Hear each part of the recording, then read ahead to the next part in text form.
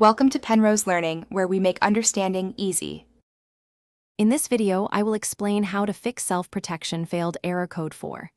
This error often means your security software isn't protecting itself as it should. First, open your security application and verify its status. Is it active? Is it reporting any other issues? Sometimes, a quick restart of your entire computer can clear up minor conflicts or temporary software hiccups, allowing the self-protection feature to function correctly again. This is a good first step before diving into more complex solutions. Next, let's focus on your security software directly. Always make sure it's completely up to date. Developers frequently release patches for known issues.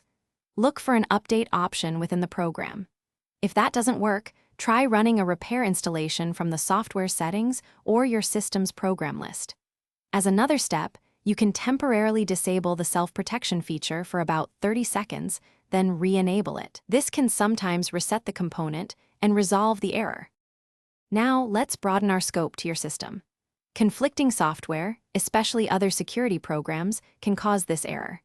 Check your installed applications and remove any that might be clashing. Also, run a full system scan for malware. Malicious programs often try to disable security features.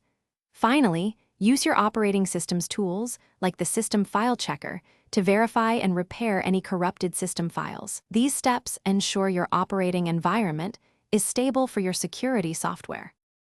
If the error persists, it's time for advanced steps. First, gather diagnostic logs from your security software. These logs provide crucial details that can help support teams pinpoint the exact problem. Next, reach out to your security software's technical support.